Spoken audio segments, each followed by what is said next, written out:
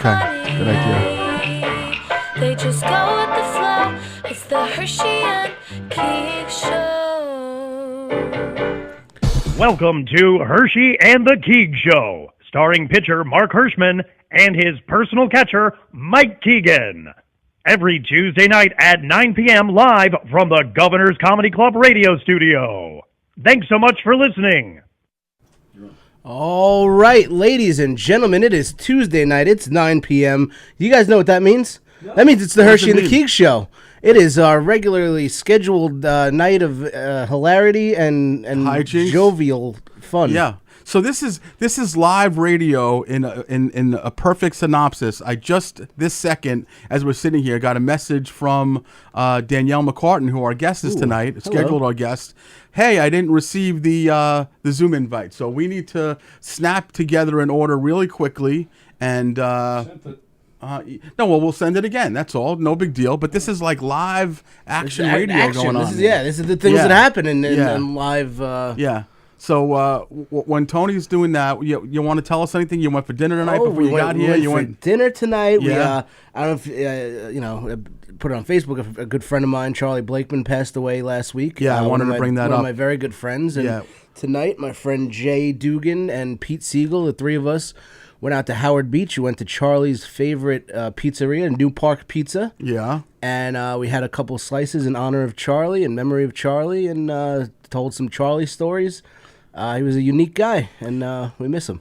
Tell me about let's talk about the New Park connection, first of all. Tell me about the New Park connection and what it meant to Charlie and why you guys randomly decided to go there. That was always our, we're sitting around doing nothing. Yeah. Let's take a ride to Howard Beach and go to New Park. That was Charlie's go-to spot, and we've been there many times together. Yeah. And, we figured, before, we knew he was very sick, and me and my buddy Jay were saying, you know what, Charlie's home, he's sick, let's pick up a New Park pizza and we'll drop it off to him. And we messaged them, we want to drop off a pizza to you. We didn't hear back, and then 2 days later, it turns out, he had passed away. So we never got to drop him the pizza off, so today we gorged ourselves on... you gorged yourselves.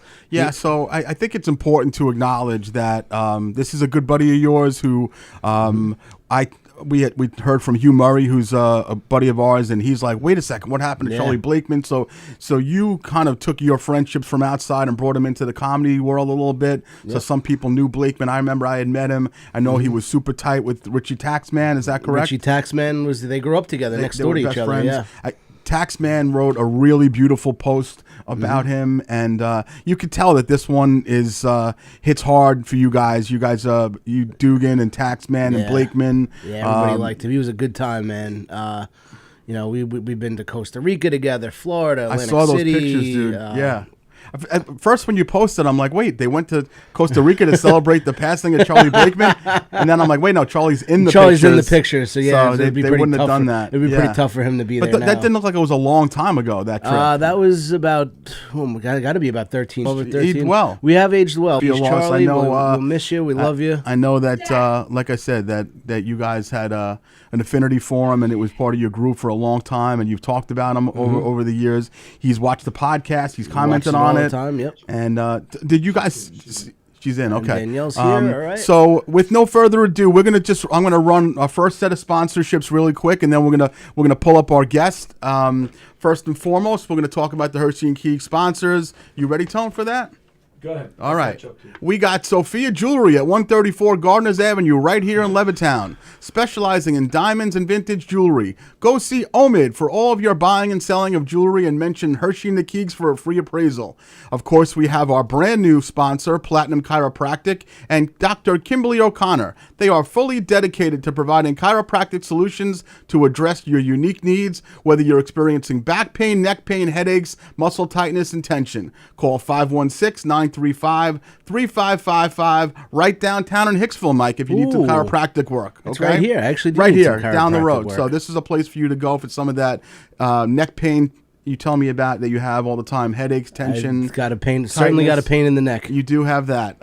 We have New View Construction, established in 2007. They are the people to call for the finest craftsmanship and all of your general contracting needs. Call 516-924-5627 and do it with confidence. And of course, we have American Restoration Solutions and our friend Keith Dunn. When disaster strikes, they will guide you to recovery. Call 516-662-9377 and ask for a senior account manager, Keith Dunn. Keith Dunn. Keith Dunn is the man.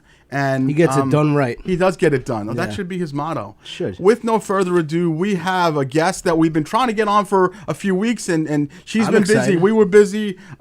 We have the very esteemed WFAN host, the coach, Danielle McCartan. Hello, Miss Danielle McCartan. Hello, how are Coach. you?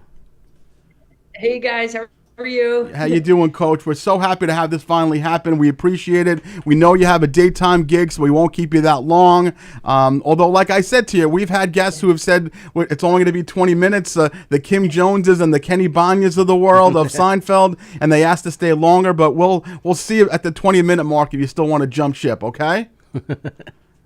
Yeah, 6 o'clock comes early, and it's a bunch of kids who do not want to be in school anymore. So it's not easy. It's the home stretch. So tackle with you, but I want to do a little Coach McCartan background. So our crack research staff did some search, and we found out that the story behind your kind of delving into the sports world happened in a very organic way. And correct me if our research team searched incorrectly, but we found out that you were a kid at Ramapo College graduating. You had a professor named Andre Perry. Is that correct? Yeah, Andre Perry. Andre Perry, okay. And basically he asked you to stay after school one day. You thought you were in trouble. You thought you failed a test, something like that. And it turns out that he just wanted to say to you, hey, why are you not in the world of sports media? Are you thinking about it? Tell us a little bit about that. Yeah, the short story is I gave a presentation that night on CBS Sports, believe it or not. And it was a 3-hour class, and then after he's like, see me after class, and I was like, like, did I do the wrong thing? Like, what the heck? So basically he said, hey, my son works for Real Sports. I'd like to put you in touch with him. And I was like, okay, great.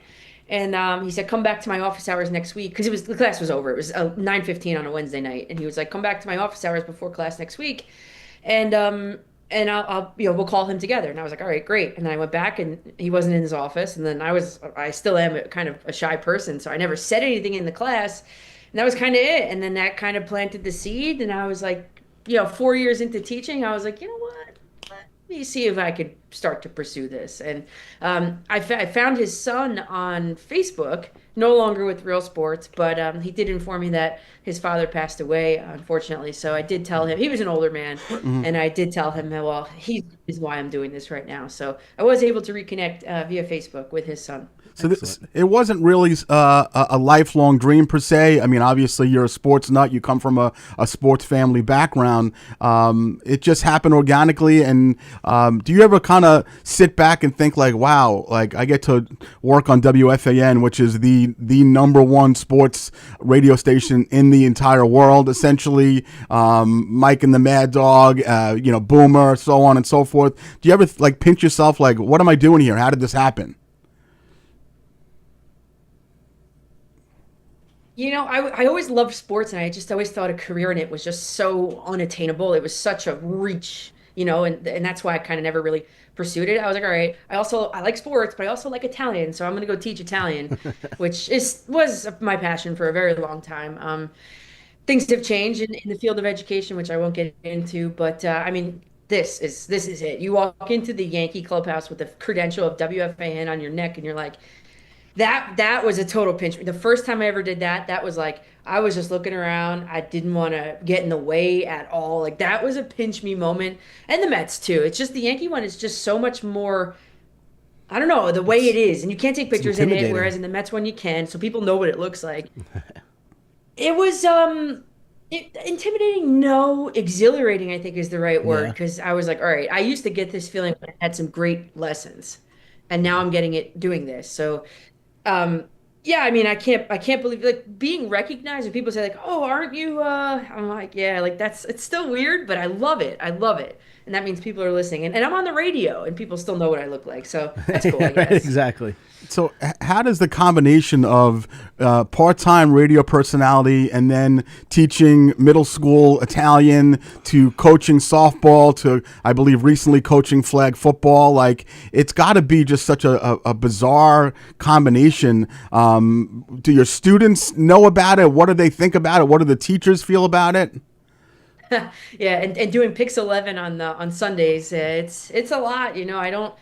There's sacrifice, right? And I'm not complaining, but you have to give up some social life stuff. On Friday nights when you're preparing for your Saturday show, because as you guys know, do a lot of preparation work. I don't just get up there and put the mic on and just wing it. I mean, I there's substance there. Yes, Mike. I've heard them. Mike, you I've read heard about that. that. Mike read about Exactly. the preparation. Yeah.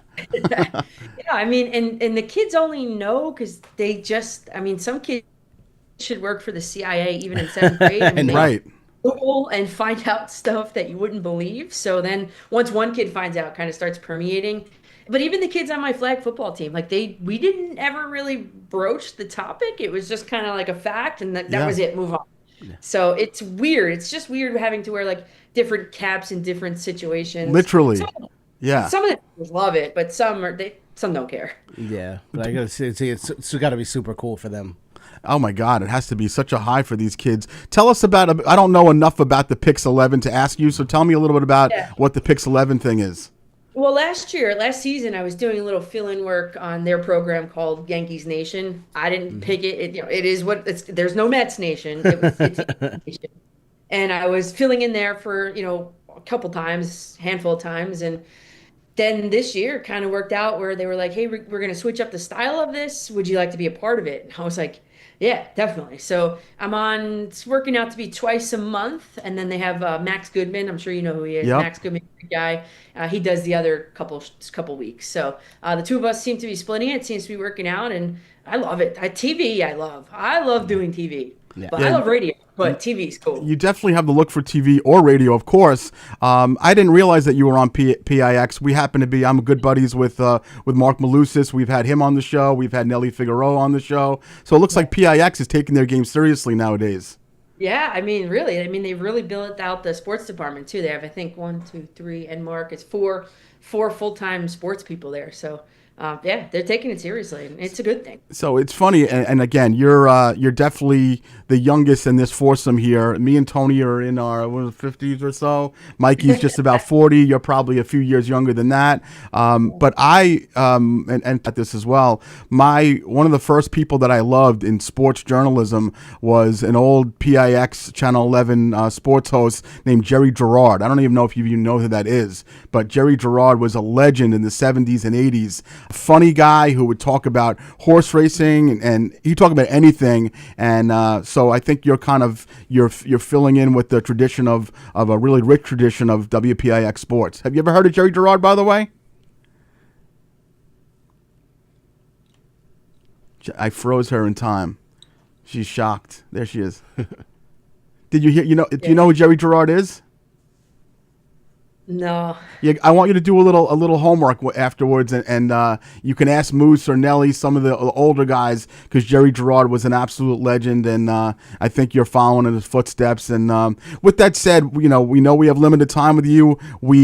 I think we need to speak about the hottest topic, which you and I have been talking about a lot recently, Mike, is this wacky Knicks situation. I've been listening to Danielle talk about it all week also, and she not to change the subject at all, but you're one of the people on the fan I listen all day long that I agree with pretty much 100% of the time. You do. You love We've had Danielle. Evan Roberts on here, and I've had I've told him Disagree with Evan. my grievances that I have sometimes. Yeah. I think you've been spot on lately with the Knicks stuff that's going on. Danielle came on, and you were pretty boisterous about the fact that you thought this was an awful firing. You think this is a dead end job, a sucker job right now. So go ahead and touch on that a little bit, and I'll tell you my opinion as well.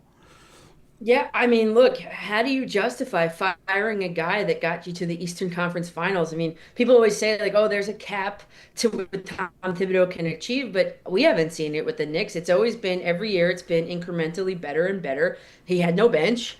Well, he didn't trust his bench, but maybe because he didn't really have a great bench. And so there's a lot of things to this, moving parts. But, like, look, dead end job is kind of it. And people in my mentions are like, well, you would take the job. I don't know if I would take the job because I wouldn't have any NBA experience.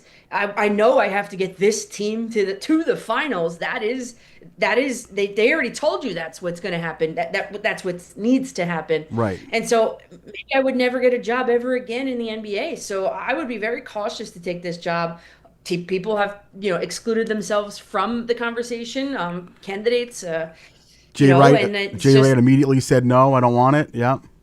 Yep, a few have, and it's like, okay, well, can you call Tom Thibodeau back up and say, hey, look, I made a mistake at this point? Because, I mean, and then you got to worry about Jalen Brunson. Are you going to capture your captain and capture the star of the team with what you are planning to do? It's just there's a lot of moving parts, which I opened with the other day. It's just I don't agree with the firing, and it was shocking when I got that notification as I'm sitting on my hall duty, ninth period that day. I'm like, they did what? What just happened? Yeah. So speaking of the moving parts, I mean, one of the things that really has to be discussed before they do anything is the new coach going to keep Rick Brunson on the staff, considering that Jalen, whether people knock his defense, knock what he did in Game 6, whatever. That's his dad. He's the most important player on this team. He is the Aaron Judge of this franchise. How can you walk in and fire his coach, who he loves, and then fire his dad? I don't see it happening. What do you think? Yeah, I agree with that too. It's like, okay, and that's another thing that I talked about too. Like you're new, you're coming into this organization, and you don't even get to pick any of your assistant coaches, and you're gonna fire his father. I mean, it's almost like I feel like they're just going to be like, the Knicks are going to come out and be like, well, you know what? Rick Brunson was the best man for the job. And I think they're going to hire Rick Brunson and promote from within. That's what I'm afraid is going to happen. That's a call, and I would be disappointed to see that. I'll tell you my take on it. When I heard about it, I had posted on my social media from me and Mike the day that he was fired that I thought they were going to swoop in, loan announcement. I thought that the Game 1 loss against the Pacers was definitely a potential cause for him to get fired because it was one of the most horrendous losses any of us have seen in any sport ever. So I was not shocked by the move, and I was oddly not pissed off about the move, but I was thinking a quick move like a Jay Wright or Mike Malone was going to happen. I did not think it was going to be like, all right, well, let's kind of tinker around. Let's see if the kid wants to come. Let's talk to the Mavericks. You know what I mean? Like I was surprised by that, and I'm really surprised by it still. Yeah, I just think that they had somebody in mind. The Knicks did, Leon Rose did, and then that person said no, and now they're like, uh-oh. Fell through, and now, what do you do now? And I know there was on Jalen Brunson's podcast, the Roommates podcast, he mentioned the two coaches that he would love to work for were Tom Thibodeau, and he did mention Jason Kidd also. Oh, okay. Well, he did play this was before Tom Thibodeau got fired, but okay. He did mention Jason Kidd's name. But I'm curious, Danielle, are you of the school? So you had like a few people come out and go ballistic in the media. You had Mad Dog come out and say he knows for a fact that this was all James Dolan, nothing to do with Leon Rose. Leon Rose has a relationship with him for 35 years, been his agent and so forth. And then you have Carton coming out yesterday saying Leon Rose and Tibbs had a falling out after 35 years, and this was definitely a Tibbs move. I will tell you my opinion. I don't think that Dolan would have said to Leon, you have to fire this guy, because Leon could have said, well, if you're going to fire him without my approval, then you're firing me too. So I don't think Dolan would have done that. I think Leon Rose had a lot to do with this, if not all of it. What's your take on that? I mean, I don't know. I guess I'm with who did you mention first? Mad Dog. I guess I'm with him in saying, like, really? Yeah. Wow. I mean, Dolan is, he likes to put his fingerprints all over everything, right? Mm-hmm. So they had this relationship, Rose and Thibodeau, and maybe there was a conversation, but I'm sure we'll find out what it was, and maybe there was a falling out. Like, we can't. I can't guesstimate what happened here. It's just something was sudden, something was said, and I just feel like just because James Dolan has that kind of a personality and a reputation, that's kind of the way I'm leaning for right now, and until something else comes out, I don't know. So, but you don't think that Leon Rose, who's a 65-year-old guy with tons of money from being a sports agent for all these years, built this team from the ashes, literally built it to what it is, to the point where they're 2 games away from an NBA championship final? You don't think he could have said, wait, you're not getting rid of this guy based on a 6-game loss to the Pacers? if you decide to do this, then then I'm walking out the door also. You don't think that he could have done that or would have done that? I mean, again, it's hard to know with Leon Rose. We don't know him at all. He never talks. But that's what I think. I can't imagine him being okay with it. Well, it's not like you're a package deal, right? You don't want to willingly join the unemployment line. I mean, I know I wouldn't. I'd be like, sorry, Tom. I mean, it is what it is. Sorry about that. But like you said, you built this from ashes. You want to see it all the way through. Just because your buddy was let go, I mean, it sucks, right? But if it were me personally, I wouldn't go too. Because my buddy went. I would stick with it and bring the championship home and be revered in Knicks history as the guy that did it. Yeah, I mean, I guess it's a matter of who do we think has better sources? Mad Dog, who's claiming that his sources tell him that it was Dolan, and then Carton comes out of left field yesterday, which, Carton's a little bit of a sometimes satire, so you don't know, but it sounds like he spoke with conviction on his TV show saying that he knows for a fact that Leon Rose and Thibs had a falling out. And honestly, that last day when they spoke to the players and he spoke to Josh Hart and to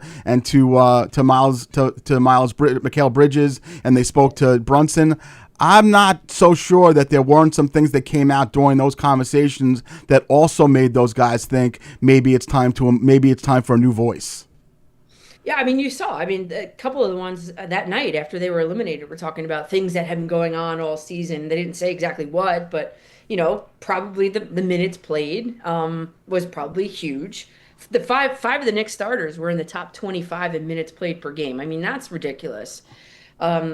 Let's be honest. But I saw the coach Thibodeau, with a propensity to change that philosophy in that Pacers series. It was just a little too late. So I just think that I was prepared for him to come out next season with a better rotation of 8, 9, 10 guys even. Yeah. And because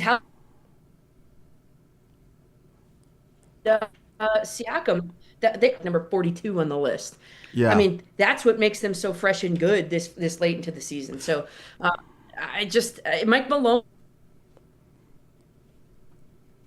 he has the same exact reputation as Tom Thibodeau. So I just either they're going to promote from within or they're just going to put the pedal to the metal and give up draft capital to go get Jason Kidd. And neither I don't think is the right answer. Yeah.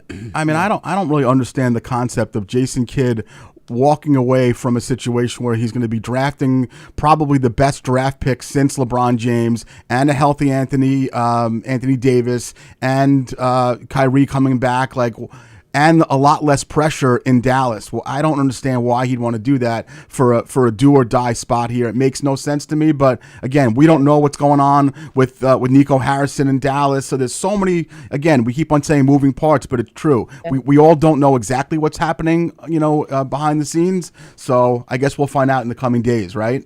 Yeah, I think the NBA is the most unpredictable, whether it be players or coaches or front offices. And I mean, those contracts, you basically need a calculus degree to even figure them out. Right. So the NBA, I think, is the most this, and then something else changes and you're like, oh, I didn't think of that, or oh, they were texting behind the scenes and we didn't know about that. So I'm just gonna stand pat and see what happens moving forward. Yeah, I mean, I totally agree, and I'll tell you the thing that bothered me is he gets criticism, Tibbs, for playing the 5 or 6 guys, McBride, why he didn't play what's his name, Precious Achiuwa more in the playoffs. I didn't understand. And with 10 minutes left in Game 6, why we're seeing DeLon Wright and Landry Shamet out there, it really pissed me off. There was no reason for that, in my opinion. I understand they had some good moments earlier in the series, but these are guys that didn't get a lot of run during the season. 10 minutes left in Game 6. I don't think that's the way you go. Just go who got you there, in my opinion. Yeah, I mean, and I even said it on the Fan in April. I was like, hey, look, I mean, Tibbs, your seed's pretty much locked up, and it's time to start putting these other guys in and trusting these other guys and figuring out what you have. I mean, even too, from a team chemistry standpoint too, you can't just drag and drop. I mean, as a coach, you can't just drag and drop a player in a crucial spot and expect them to perform well. I mean, you'd have to. I mean, especially basketball, NBA basketball, you have to know where each other are on the court. You have to build some sort of chemistry, some rapport with each other. And yeah, I agree with you. We're dropping them in that situation was probably not, the right thing to do. It should have been done well before then. It felt a little desperate to me.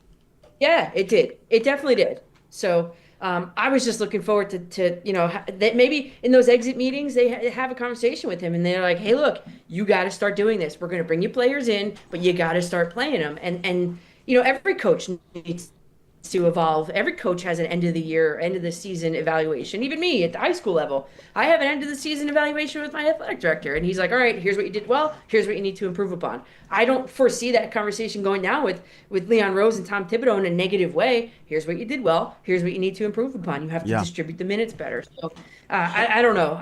I'm at a loss for words, to be honest with you. I still am trying to figure out how and why this happened. We were saying the same. We couldn't figure it out. We could speculate all day and drive ourselves nuts, but I don't know what the hell's going to happen. We might not ever know, but we'll know in the next few days for sure what's going to happen with this coaching situation. I want to let you go by 9:30, so we got 7 more minutes with you. The one thing I really wanted to touch on, and Mike had texted me when I posted the picture of you and Aaron Judge. I didn't realize that you had interviewed Aaron Judge, and I don't know if Mike did either, but certainly for us, Mike and I are diehard Yankee fans. Tony's a diehard Met fan, but the idea of a 30-something-year-old Yankee fan interviewing Aaron Judge, I mean, can you just try to explain how you can wrap your brain around that, or you can't? I mean, that was the first time. There were a few. I mean, you know what though? I'm so high strung. I'm a high strung person. I'm type A. And when you talk to Aaron Judge, he is the calmest, coolest dude ever. So immediately he put you at ease. Immediately, just by his demeanor. So, I mean, obviously looking up at him, I mean, he's huge, obviously. And I wore my big shoes that day too. And it didn't work. It made no difference. I know. He's a big dude. And I have big hands, and I even shook his hand, and my hand disappeared in his white batting glove. Oh my That's God. never happened to me before, ever.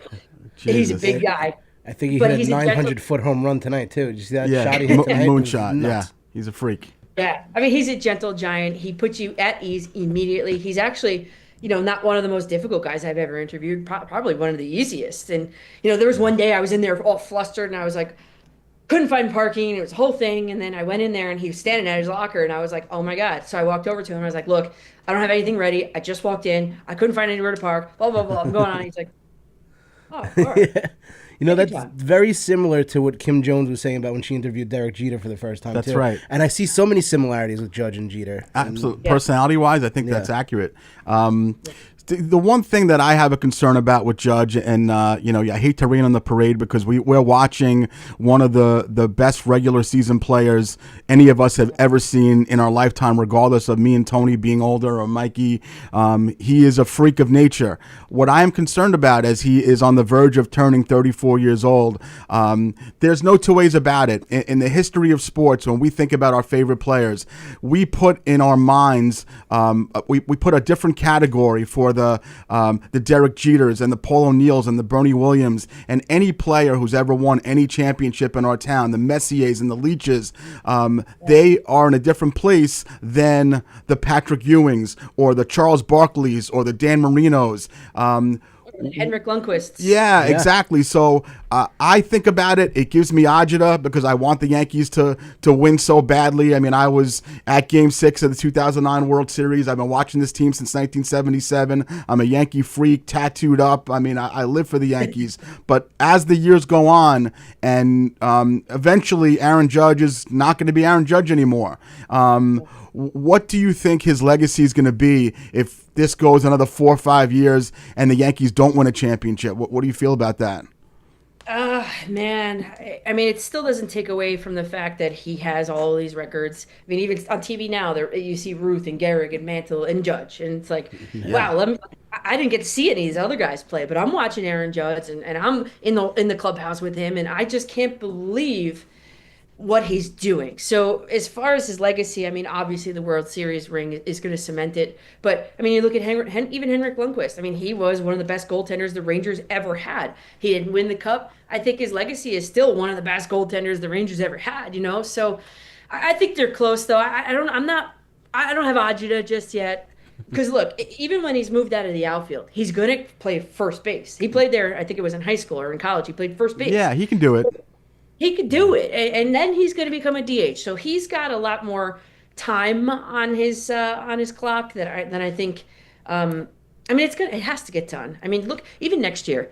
I mean, I know we're in this year, but even next year, look at this rotation. Yeah, when you get Garrett Cole back, yeah. Max Fried. I mean, come on. So I think the Yankees are very close. I think they're a very good team. They're more well-rounded this year offensively than they were last year. They're one of the best defensive teams in the league, which the defense hurt them in the postseason last year. So there's a lot to like about this Yankees team this year. And who knows what can happen. I mean, the AL, I think the Yankees have a really good chance to win the AL and go back to the World Series. And then it's just a matter of, okay, is it going to be the Dodgers or is it going to be the Mets? So, really? I don't know. I keep on having these visions of a 25-year anniversary of the Subway Series happening over again. I think that the Mets can take out the Dodgers. The Dodgers have had a lot of injuries this year, which we were talking about the other day. So I think that could happen. And listen, a Subway Series, we would guarantee this city that desperately needs a championship. I mean, it's been since the Giants of 2011 that we have not won a championship. Well, hold on a second. Gotham FC and then New York Liberty. Yeah, exactly. Down there, Nick. Yeah, no, that's true. There's no question about it. But, certainly, at least from the sense of the major sports that we all talk about on WFAN and in regular life, we refer to the Yankees and the Jets and the Giants and the Rangers and the Islanders. And I think we know that a bunch of those teams are not anywhere close. Would you say that the closest team right now are the Yankees and the Mets? I mean, is that pretty much where we're at? And the Knicks potentially, but who knows? Yeah, I would say the Yankees and the Mets in that order. I mean, the Yankees made it to the World Series last year. The Mets were a few games short of making it there last year. So, the closest for sure and for a while are going to be the Yankees and the Mets. Giants forgot about it. Jets forget about it. Right. The Devils, they always seem to have promise, and then they fall off. Forget about the Islanders. I don't count the Devils, sorry. You're going to have to. I mean, they have a good core guys and all that. So as far as the ones that are discussed on the fan, I want to try. I want to try to talk about the Liberty and the Gotham FC on the fan, but I never get any calls on it, And I think women's sports are important. I'm going to start calling about the Liberty. Yeah, well, I will tell you that I've been talking on this show now for the past year and a half that I watch women's college basketball much more than I watch men's college basketball. It's not even close because, especially now with the NIL, college men's basketball has become impossible to watch, where your favorite player is almost guaranteed to be gone the next year. Whereas at least with women's basketball, we saw Paige Beckers play for all those years. We saw, we saw Caitlin Clark play all those years. We saw Angel Reese play all those years.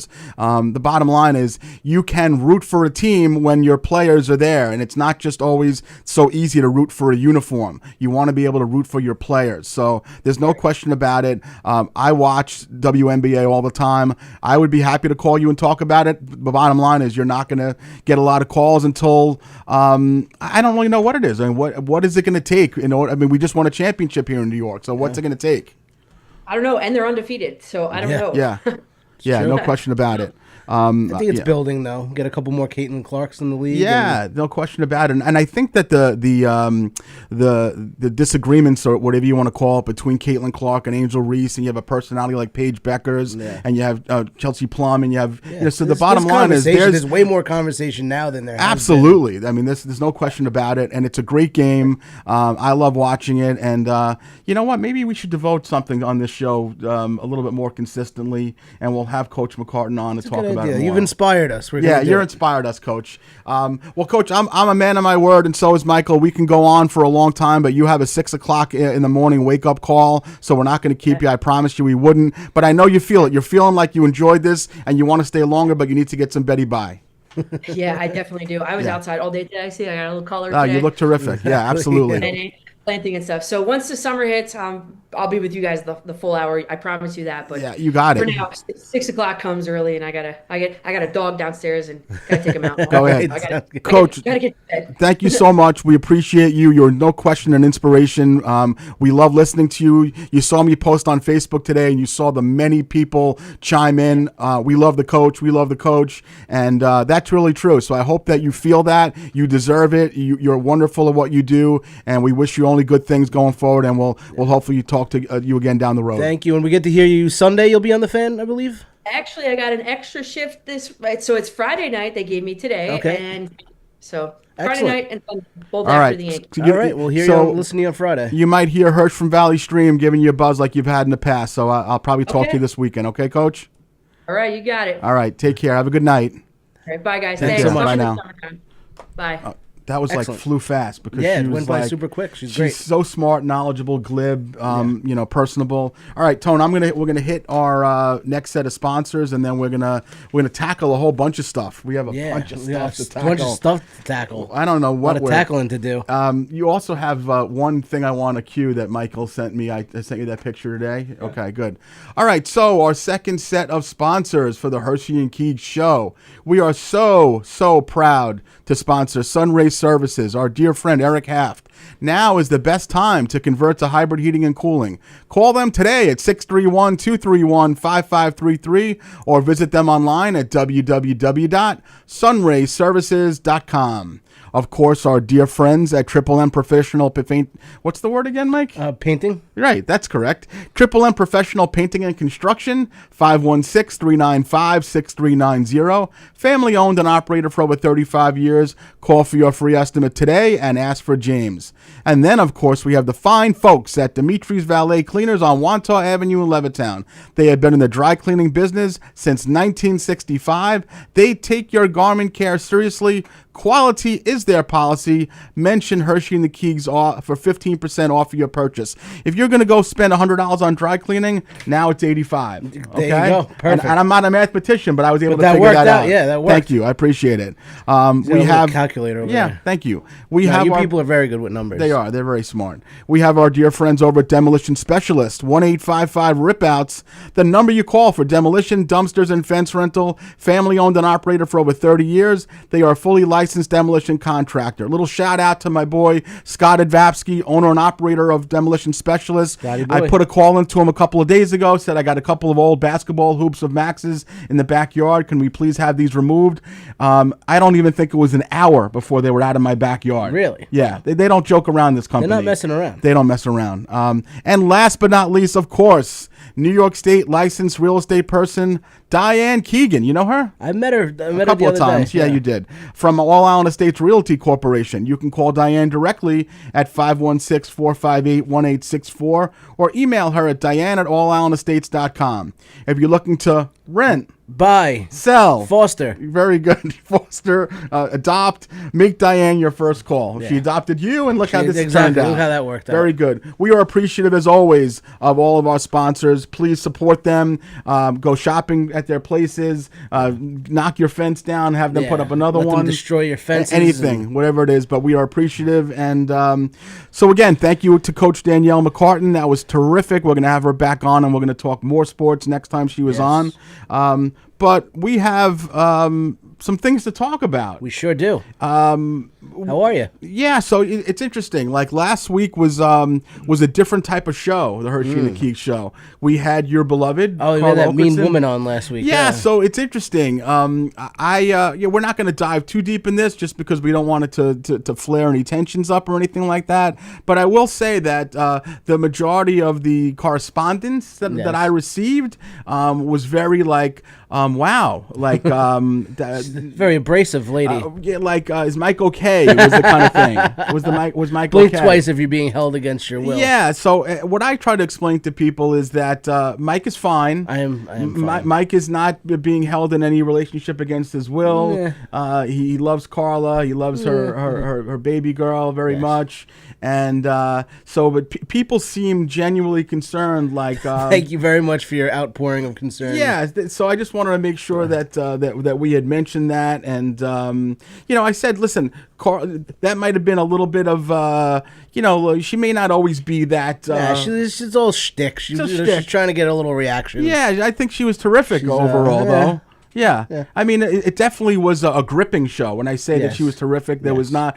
We've had some shows that we've looked at the clock a few times. There was no looking at the clock at all. We're looking at the door, maybe. It was actually, it was action packed. It was definitely action packed, and I think it's important to say, and I don't want to speak for Carla, I don't want to speak out of school, but she does love Mikey. Yeah. She loves his family. They have a good thing going. Yes. And just because she said directly, without any sort of reservation, that Mike has no driving life, we'll let that one. She didn't mean that.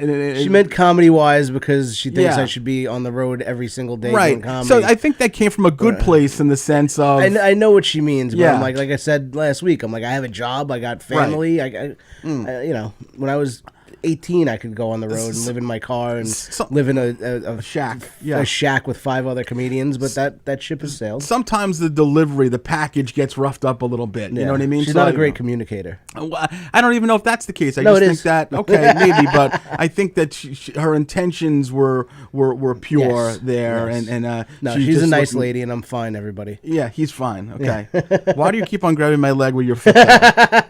So, but we're glad that you guys, listen, the truth is we obviously love when you guys love the show, and sometimes things are going to make you happy, and sometimes things are going to make you upset, and sometimes they're going to make you laugh and make you cry, and we've done all that. That's what we do. We do it all here. We do everything here. Mike, I felt like was trying to make me laugh the other day, and instead it hurt my feelings a little bit. Oh no! Mike sent me a picture, and he said, "I didn't know it was your birthday. I thought your birthday was in August." I know. I thought so. And then he sent me this picture. And it was a picture of, it was from Zorns of Bethpage, where apparently there was someone, a young man who works there. It was his birthday, and I'm guessing that his name is Kike. Happy birthday, Kike. Like Kike or Kike, like Kike Hernandez, Kike whatever. Hernandez. Oh. But Mike wasn't looking at that. He saw the spelling of Kike. And I thought for sure they were talking about you. You thought it was me, and I said it wasn't my birthday, and there's no reason why Zorns would be celebrating my birthday, and that's not me. I mean, although it's not a very far. I thought he was making the cake for you. You thought he was the pastry chef, and you were gonna go pick up your chicken at Zorns, and they were gonna surprise you with a cake. Oh, okay. I'm like, they don't have to. They could have just wrote Mark, but, right? You know, they could have wrote Herschy, Mark. I don't know why they had to write that. Things I didn't know why that. I thought that's a good point, though. He looks like he could be a worker there, a pastry chef. Yeah. He does the cakes. Yeah. I pick up he does all the pastries at Zorn's Chicken. Yeah, but maybe I was picking up my 8-piece family meal with two sides of fries and the sesame chicken. There's oh my God, it's good. You know what they have actually? They have something called tenderloin tips. Ooh, they're like, yes. have you ever had those? Yep. It's in some. I don't know what the meat is. I just know it's like a soft, almost fatty-like type of thing, and it comes in this sweet barbecue sauce, and it's heavenly. It is. The tenderloin tips are great. I like the sesame chicken. Yeah. I miss when they had the Zorns in East Meadow because some of my friends from high school used to work there. Well, you had actually had 2 Zorns near your house. You had the Zorns on Hempstead Turnpike, and there was also one in Belmore, not far from your house. Belmore, yep. And that was like a little sit-down joint. Yes. Yep. I wonder what happened there. What happened? I don't know. I know that the family had some kind of issue with each other, and they weren't associated. The one in Bethpage and the one. Oh, I didn't know that. Okay. Yeah, they had some kind of tiff. But I knew a girl who dated Mark Zorn. Oh, okay. Who was one of the obviously one of the that's owners. Me, Mark Zorn. Kike Mark Zorn. Yeah. Kike Zorn. And so we used to get free food there all the time in high school. It was awesome. God. But I love Zorn's. Do you know, for the longest time, and I don't know how many years ago it stopped, but they were well known for having their own chickens, like live chickens in the back of there, exactly. and they would just slaughter them and then fry them up with some French fries. The family, exactly. Yeah, come watch a slaughteration of chickens, get an 8-piece family meal, and have a birthday cake. Exactly, and have a birthday cake. Jew, yeah. Well, have a birthday cake, you Jew. Yeah, that's exactly right. Well, happy birthday, Kike. Yeah, Kike. yeah. Happy birthday. Listen. The truth is this: we don't know that his name was Kike because there was no accent mark. Yeah, exactly. So we're trying to be politically correct, but maybe sometimes you're so overly correct that maybe his name was Kike. Yeah, it could be. It could very well have we been. We have no idea. It could have been for the accountant.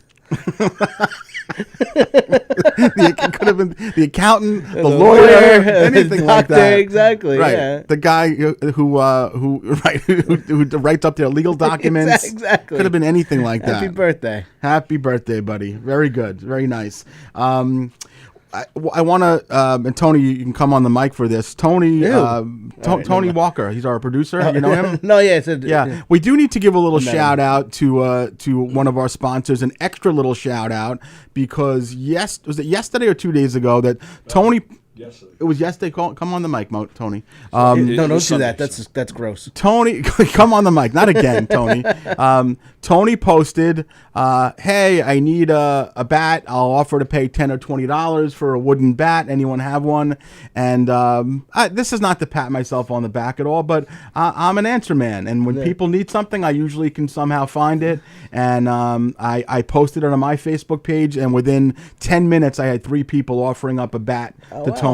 Very nice. I went over to my friend Pete's house. Pete is the owner of Dimitri's Valet Cleaners, one of our sponsors. Yes. His son Demetrius is a college baseball player. Had a couple of old bats, and Pete gave us the bat. And in conversation, Pete had mentioned that Dimitri is home from college after having an incredible freshman year in baseball.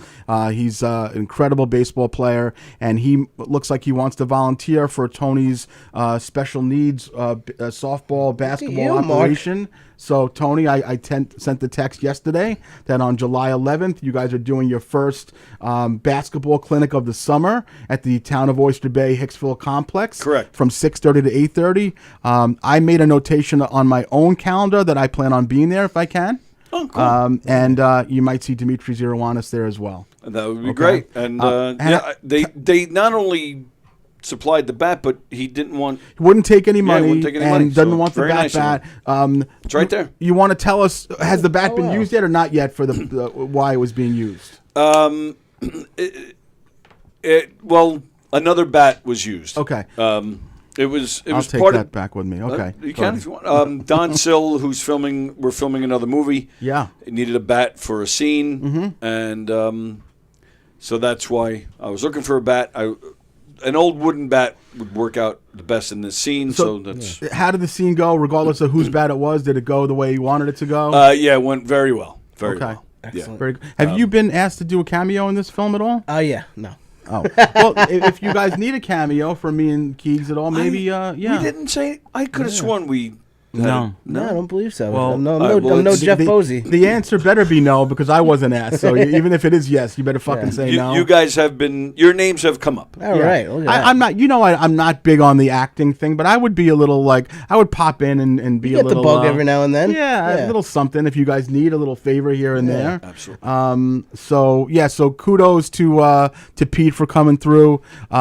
Speaking of special needs, I don't know how all the weeks have passed where we have not brought this subject up, because we've had Matt Sarah on, we had Banya on, we had a lot of high impact guests, but there was an episode that happened a few weeks ago that Tony has given us permission to talk about. Tony, one night, he was going to come to, I think we might have had a show here or something where he was going to meet us, and then he said no, I had to go to the hospital, and I asked him why, and I certainly texted you why, and Tony had explained to us that he was physically assaulted by one of the special needs people. So and certainly Mike and I's reaction was awful, horrendous, thoughtless. It was not very nice. concerned. There were no jokes made. Nothing whatsoever. Tell us what happened, Tony, and let us know how you're doing in your rehabilitation. It's very emotional. Yeah. And scarring, so I might not get through this. Yes, you will. My note in my book is Tony mauling, by the way. Tony was shows you how much I gave a fuck about it. Tony mauling. Okay. It was. I don't know what we were supposed to be doing. Were you at a dinner, or were you some sort of a formal thing? No. It was actually one of our nights of our basketball. Oh, it was basketball. Okay, good. I was supposed to come in here. It was a Friday night. I was supposed to come in here that Sunday, but I was banged up. I was on the show here. I'm sorry for laughing. I was just picturing you being at like a formal dinner and you just get knocked out. Just mauled with a tuxedo on. But I was on a show here. That's right. And I said, "Are you coming by?" Right. And you said no. You said one of the clients mauled me, and then I immediately texted Mike. I didn't say mauled. You said roughed up. You had to go to a hospital though. I did have to go to the hospital. Yeah. Mauled. Yeah. Mold is what happens when you get attacked by a chimpanzee. Or a bear. Yeah, but this was certainly a larger fella, not a minuscule person. An adult. Yeah. An adult with special needs. Yes. Yeah, we don't age out. We Nope. from 5 the age of 5 up. To 53. Yeah. Exactly. Yes. Well. Yeah. Okay. We were at our basketball, and someone had come to me saying they were hearing a strange noise in the bathroom. Mm-hmm. And I went into the bathroom, and Mike, what are you doing? and then I beat the shit out of Tony. Put your dick down, Mikey, and beat the shit out of Tony. I said to Mike, "You need to apply yourself and get out there more, and stop being so lazy." And then he just started yelling Carla, and smoke coming out of his ears. So and hold he on a just second. beat me. This actually isn't a testament to what Carla did say that you and I are not great people, really, when it comes down to it. Yeah. Because my first response when Tony said one of the special needs people roughed me up, and I wrote, "Why are you with Keegan tonight?" That's what I wrote immediately before even asking how he was. Okay, so you went in the bathroom.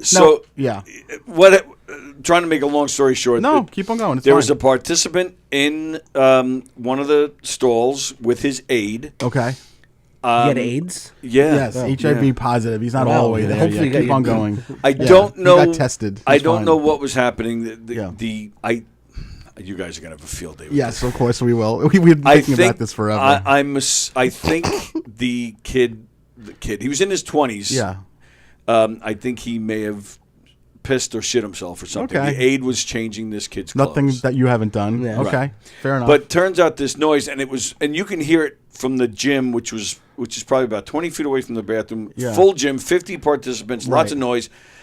Turns out this participant was banging his head against a cement wall. Oh God in heaven, that's not several funny. times. Not funny, Mike. No. And, That and is no. and I'm not exaggerating. He was definitely in double digits the amount of times he smacked his head against the wall. So the aide, He wasn't special needs before that. He was totally fine. He was totally fine. It was our friend Jimmy Johnson. Remember?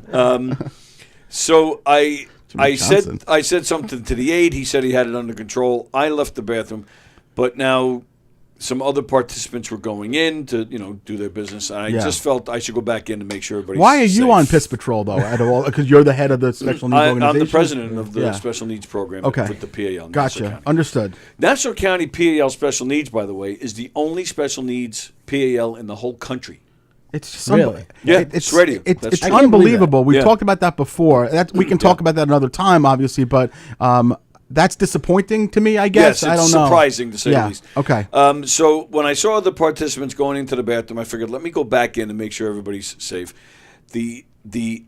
So I go back in, and at this point, the aide and the participant are out of the stall, but they're still in the bathroom. And the aide is struggling. He's trying to get this kid's shoes on, and he's struggling. So he asked for help. So I'm holding the participant's hands as the aide is struggling to get the shoes on. This went on for about 10 minutes. Okay. And actually, his name is Mike. Yeah. So I was like, Mike, it's okay. Everything's cool. Mike And Regan. I don't know Mike well. I've never heard him speak. I'm assuming he's nonverbal. Okay. So after about 10 minutes, the aide had one shoe on, still trying to get the other one. And all of a sudden, Mike is now squeezing my hands. He's trying to dig his fingernails into my hands. He tightens up, and he's squeezing my hands. And I see him. He's trying to reach back to bang his head against the wall. And where we were, he couldn't reach. Right. So then he just looks at me, and his eyes get really wide. And I knew it. And all of a sudden, bam! He just headbutts me. Oh, my God. Jesus Yeah. Christ almighty. A lot less funnier than you try to make it, just so you know. And I was... You were knocked for a little bit of a loop there. Yes. Yeah. I lost... not long, maybe about 10 seconds. I You saw stars for a little bit. Wow. I don't recollect 10 seconds. I remember I all of a sudden just wasn't holding him anymore. My glasses were on the other side of the bathroom. I don't recall my glasses flying off or any of that. But it wasn't a skin break or nothing like that. No, No. Okay. But I was, according to people I was working with that night, they were telling me I was a little foggy. Okay. And a little out of it. And That's just how you normally are. well, that's what I tried to This tell was them. extra. This was extra. But they eventually convinced me to go get checked out, and I did. I had whiplash, which I'd never had before. Right. And I don't know anything about it, but they said to me, they gave me some medication, and they said you're going to be banged up for a few days, and it was and like you did. 4 or You 5 took days. a couple of days from here, I believe. I You did. didn't. You didn't? Really? I didn't. I See, should have. Yeah. I should have. I was in pain for about 4 So- or 5 days. After Mike So you got Regan, headbutted by a poop covered. So he had poop all this over is him. why Carla gets mad at us, though. Okay, so I know, stop. but I'm just picturing this guy just covered in poop. Yeah. And then just headbutted Tony. No. I thought he also wrestled you and covered you in poop. Wait, so and then you're what- just I wrestling guess in each my That other. was you and question Bosie. Hold on a second. So after the headbutt, did that release his was he better after that? Did that calm him down at all once he saw that he had knocked you for a loop? You know what? I don't even know. I don't recall. I don't recall him Anything. I don't recall him leaving the bathroom or leaving the building. So you might still be there with one shoe covered in shit. I've seen Mike since. Okay. The next time I saw him, he actually came up to me and he just kind of did one of these. Oh wow! Which I thought was kind of cool. But then the next time I saw him after that, he smacked me on the back of the neck. So He hates you. One week he likes me, and next week he hates me. I have no idea what's going on. That's pretty much us. So it's the same thing. Is this the kind of thing? And obviously, you, a parent of a special needs child, being involved with a special needs organization for years, is it the kind of thing where this happens? Not just with Mike, but where you guys have to be cautious of violent outbursts like this? Is this something that's common? No, I wouldn't say it's common. Okay. It does happen. Okay. I wouldn't say it's common. Okay. We've been fortunate. A few instances here and there. Yeah. But yeah, we've been very fortunate. So the thing that's really a little bit scary about it is there's no recourse. It's not like you're gonna lock Mike up. I mean, it's beyond his Now you're control. gonna fight back either. Yeah. But we did have a conversation with the aide and who the aide works for, and he should have been more on top of it. Okay. Now, so once there's an aide involved like this, does that mean that the parents are removed from most of the day activities? Is that generally what happens? All of our programs require a chaperone for every participant, whether it's an aide or parent. So the parents weren't there. Okay. So yeah, it falls on the aide. In fact, this particular young man lives in a home, so they all come together in a big van, and there's a bunch of aides and a bunch of participants, and they all. Would it be typical for a situation like this where you get a call from the parents saying, "Hey, we heard what happened with Mike. We're sorry about that," or not? This might be something where they deal with so commonly that it wouldn't even happen like that. We have had to contact parents for certain situations if they're not there. Yeah. Not, this particular one, no. We just dealt with the home. So the call to the parents, is it basically like we need more than just one chaperone next time that they come and visit, or what's the call about? If there's an ongoing issue with a participant, we will talk to the home first, or whoever's in charge. Who's the person parents, there? Yeah. And make suggestions or try to figure something out. Okay. Yeah, whether it's more chaperones or whatever medication. So, we'll I do try have to a really figure big urge to shit my pants and headbutt Tony now, though. Yeah, well, who doesn't ever, honestly.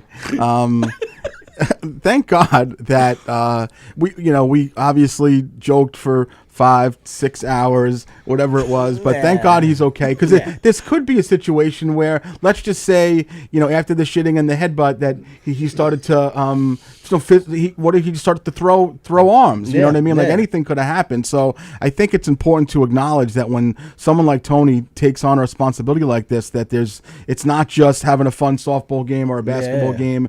That there's a lot of risk involved. So I think that's even a greater kudos to you, Tony, and certainly.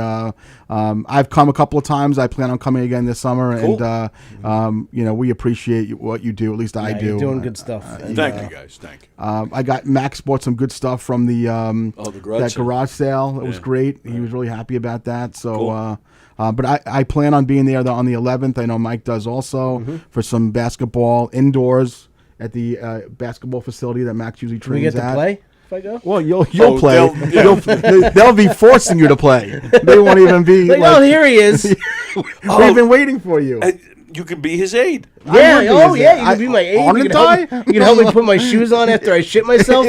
Isn't that what I do here every week? Or for the past, I don't have to learn anything. Pretty much I have it down pat. This is what you've been preparing for. I've been preparing for it. Absolutely preparing for it.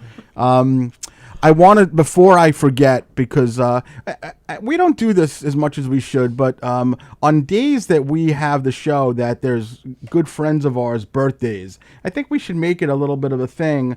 I saw on Facebook today, firstly, my neighbor and my good buddy Chris Vecchio down the block, it's his birthday today. Chris Vecchio is everything that you'd want in a man that I'm not, which is he's tall and muscular and handsome and rugged. That's everything I want in a man. Yeah, he's everything. He's rugged, but yes, has a soft side.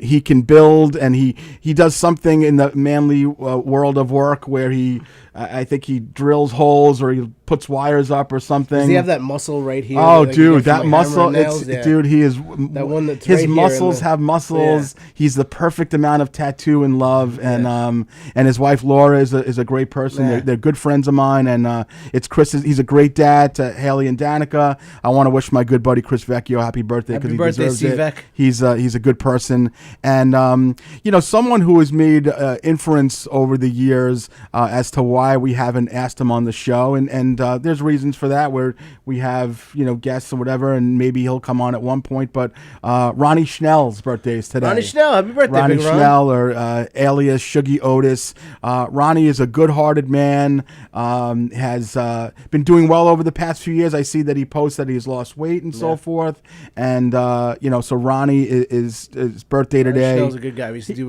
the Gentle Brew open mic all the time. Yeah, he's just a good person, and I think Ronnie tunes in once in a while, and he's supportive. You know who Ronnie is? You ever meet Ronnie? I've never met him. I know who yeah.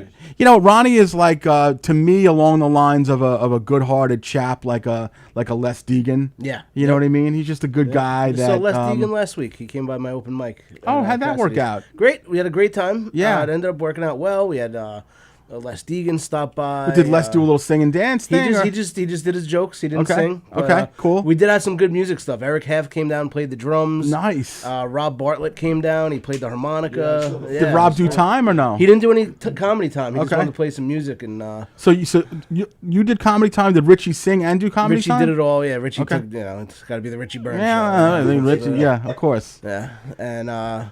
But yeah, we had a great turnout. We had probably like 20 comedians show up. Some musicians. We had a bluegrass band come down. So is this going to be a thing potentially? We're going to do it probably like once a month, maybe. Okay. Yeah. And so that's like not bleeding it dry. Yeah. Keeping it real, week, keeping it fresh. And you guys had some fun. And, we had a lot of fun. And the audience had fun, and that's what this is all about. Yeah, we had like regular people come and watch the show. And, yeah. That weren't performing. They had a good time. And cool. It was a good time. All right. Awesome. Very cool.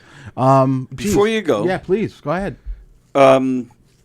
Mike's mom was nice enough to ask in the comments. That's Diane. Am I okay? Yes, I'm fine, thank you. But then she says that just a few weeks ago she was showing a house in Belmore. Mm-hmm.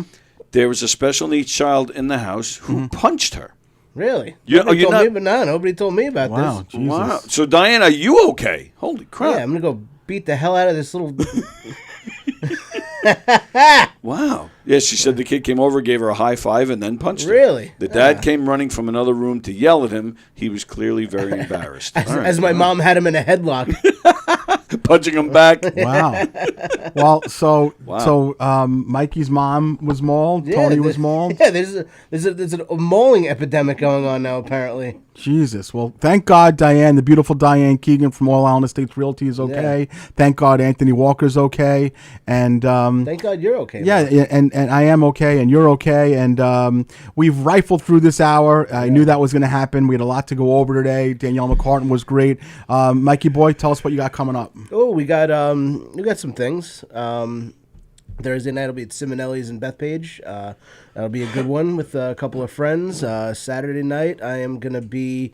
I'm gonna be somewhere Saturday night. Where am I gonna be Saturday night? It's gonna be nice, and it'll be fun. And I'm gonna be at it's actually a Governor's show, not at Governor's, but we're gonna be doing it at the Lynbrook VFW.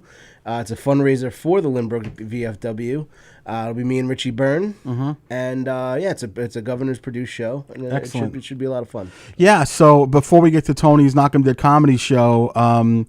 Governors is really amping things up. Obviously, we have the Governor's Main Room, the Governor's Giggle Room. We have the Brokerage in Belmore, McGuire's of Bohemia, obviously all the Governor's Comedy Club podcasts. But now there's a new room out. Am I saying it correctly? Is it Montauk or where is the? In the Hamptons. In the Hamptons, where they have some really big acts. I saw that Joe Mackey's going to be there. Tom Arnold. Tom Arnold from Roseanne fame. One funny Lisa Marie. So Governor's is kicking ass. And they're like Wednesday night shows, I believe. Yeah. It's a so weekday really, show. just you make sure that obviously we love when you guys come and support us doing stand up, but there's a lot of other great shows. govs.com. Make sure you support everything at Governor's Comedy Club. They're doing Atlantic City too. They're doing some stuff. Oh yeah, so what Lisa room Marie's is that? Gonna be in Atlantic City. They're doing a room there.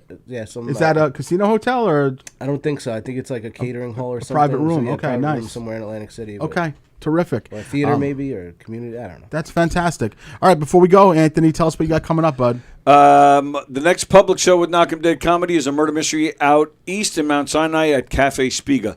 And we have a comment from Scott. He says, Matt Sarah is a former MMA fighter, trained assassin, was the most intimidating guest to date on your show. Then Carla showed up and made Sarah look like a puppy. Wait, who actually hilarious. made that comment? His name is Scott. Scott. Okay. Scott. It That's just funny. says Scott. And Scott Scott. nailed it. Yeah. Yeah, that's a great comment, and it's very ironic that Scott is astute and noticed that. But I was texting today with Matt Serra, and I was just telling Mike as we were walking into the show that he wants to come back on again this summer. So I think we're going to figure this out, whether Matt wants to come back on his own, or we might have him come back with Ray Longo if he's trainer, available. Yeah. Ray Longo, one of the most premier names in UFC training. Yeah. So that might be happening. But very good work there, Scott, and very good work to our viewers, our watchers, Coach Danielle McCartan. It was just a great show. We appreciate you guys as always. You know the drill. Share, like, and do all the things that will help us keep on going. And that's it. We will see you guys next week. Have a great night. Thank you. Thank you very much.